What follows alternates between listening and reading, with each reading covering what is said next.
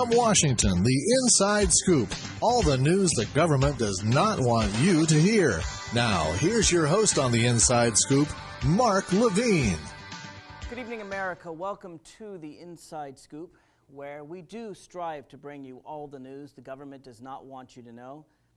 Today, I have the unhappy task of providing real smoking gun evidence of the most lawless administration in American history. I don't say this lightly, and I don't say this as a Democrat or a Republican or an independent, but as an American who loves my country and who loves the Constitution of the United States. I used to work for the House of Representatives as an attorney. I don't often tout my credentials on this show, but I think you should know that I was a graduate at the top of my class, magna cum laude, from Harvard College and from Yale Law School. I've been studying the Constitution and the law for more than 15 years, and I did work for the House, for a high-ranking member on the House Judiciary Committee and the Homeland Security Committee. I say this to let you know that I'm not a conspiracy theorist. I don't accept wild conspiracy theories. I don't need to. The evidence is overwhelming, and by some highly respected people. People who are conservative Republicans, but yet love our country more than they love the President of the United States.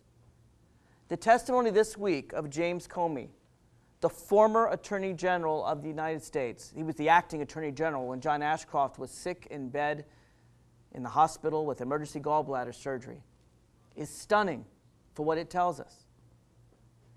I do believe now that the President of the United States has installed a program very similar to that in East Germany or the Soviet Union under communism, whereby every American's activities are being spied on, and they're keeping little files about you and about me. I'll tell you how I come to that conclusion at the end of the broadcast. Before then, let me set the stage, and let's talk about how we know this very activity has occurred. Of course, it all comes out of the Attorney General scandal for firing a number of U.S. attorneys. They are the federal prosecutors, the people that go before juries and try to convict people of federal laws. Now, this is not supposed to be a political process. These are independent attorneys. As James Comey testified, the reason it can't be political is because he has to go to juries across the country, and they have to believe that the members of the Justice Department are representing the law and representing justice rather than some political goal. Otherwise, juries aren't going to convict. Now, we know that a number of prosecutors were fired because they dared to try to stop bribery in the House of Representatives. They dared to try to stop Duke Cunningham, a congressman from San Diego, California, from committing bribery. People like Carol Lam, the prosecutor in San Diego. And some believe she was fired for it.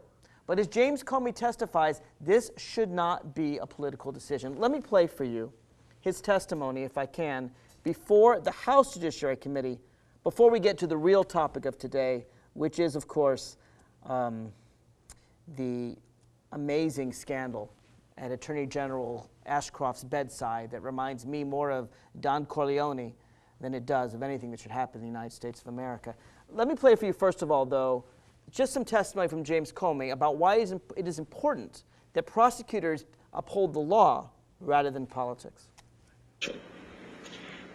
That is the most, in my view, the most serious thing that I've heard come up in this entire controversy. If that was going on, that strikes at the core of what the Department of Justice is. You just cannot do that. You can't hire assistant U.S. attorneys based on political affiliation, again, because it deprives the department of its lifeblood, which is the ability to stand up and have juries of all stripes believe what you say, and have sheriffs and judges and jailers and the people we deal with trust the Department of Justice.